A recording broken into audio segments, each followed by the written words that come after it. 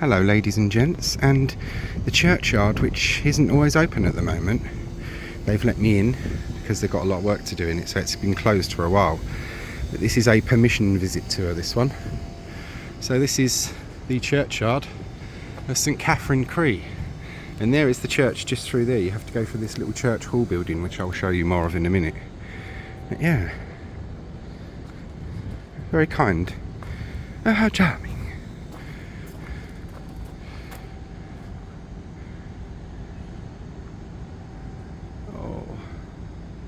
I hate it when the inscriptions are gone. Looks better on the screen. Yeah, it's a bit too wan for me. Mr. Edward Holmes of this parish. Something. June the 3rd, 17, and that looks like a 2 at the end of it, so it's 17 something 2, so 52, 22, 32, could be anything. Oh, how kind of them to let me have a walk around like this. Love little places like this. Yeah, he said it's been closed for a while. We don't normally let people out here at the moment. He went, but because they seem to put a bit of a donation in the thing and heard me mention it on my thing about donations, so they kindly let me in.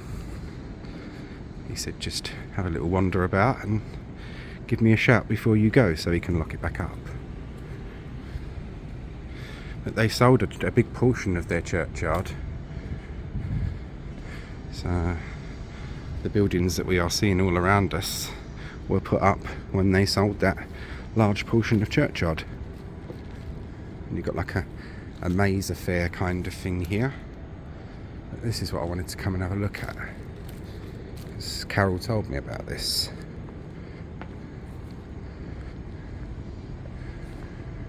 This gate was built at the cost and charge of William Laud, citizen and goldsmith of London, who died in December Anno Domini 1631, Anno Domini 1965.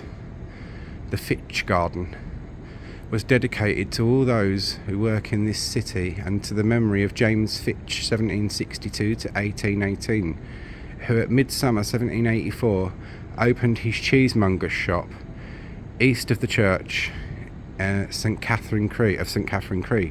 His nephew George Fitch 1780 to 1842 and his direct descendants Frederick Fitch 1814 to 1909, Edwin Frederick Fitch CC 1839 to 1916, Stanley Fox Fitch 1867 to 1930, and Hugh Bernard Fitch CC 1873 to 1962, all citizens and freemen of London and successive principals of the firm now known as Fitch Lovell Limited.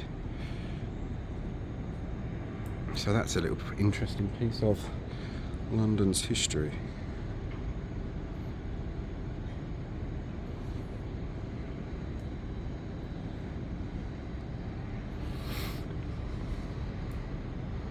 Take a clearer picture of that.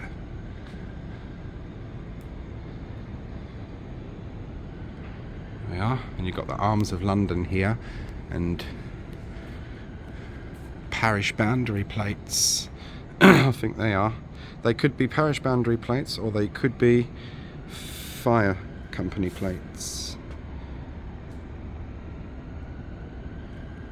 Because don't forget, there was no 999 and fire services in those days. So if you wanted your building insured against fire, you insured it with a certain company. They'd put one of these types of brass plaques up on your house, and if you were insured, they would put your fire out. If you weren't, they would stand and watch it burn.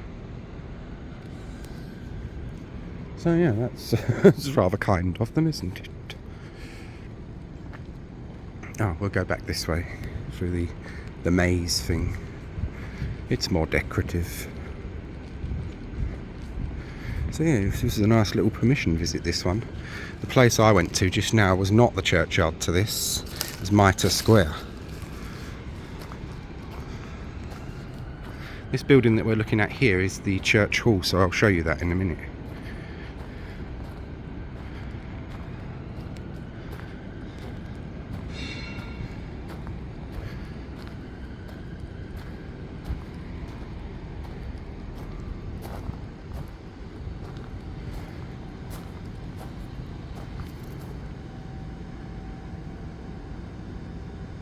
wish I could work out that name. That's going to bug me, you know. Something of Aldgate Ward. Hate it when that happens. Well, at least we got to see Mr. Edward Holmes of this parish.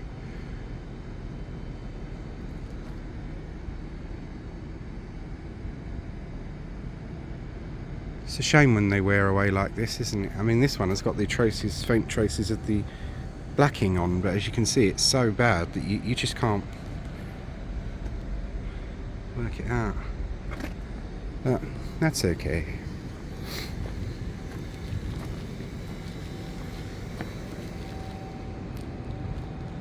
Now, if there'd been an inscription on this side, we would have been laughing because it'd be more protected, but unfortunately there was not. Any road, I'll show you this little church hall. And then I shall go to the toilet. Because there are toilets here.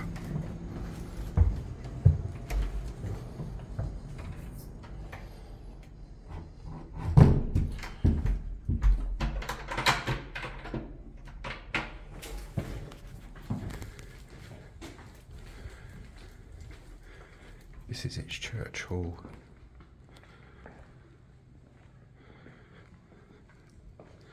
Your archetypical hall or assembly hall with the old wooden parquet flooring, and I remember this in my primary school, parquet flooring, where we would have to, not have to, we felt we had to when you came back.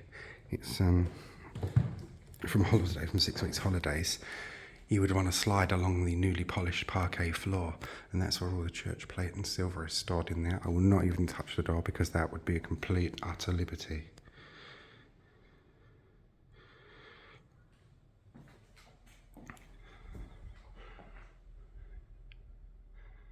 Archbishop Laud, William Laud. Carol service, Christmas 1951. Why am I doing that when I can zoom in?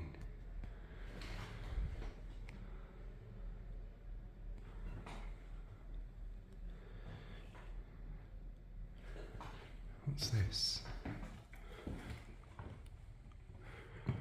Remains of the architect of the Church of St. Michael, now subterraneous, situated at the junction of Leadenhall Street, Aldgate High Street and Fenchurch Street. Right, well that's this little church hall and churchyard. I'll take you back through, because I'm going to go to the toilet. You're not coming with me into the toilet, of course. But there are the children's paintings on the wall. Won't go too near them because there's names and ages on them. I hope you all enjoyed the little churchyard tour.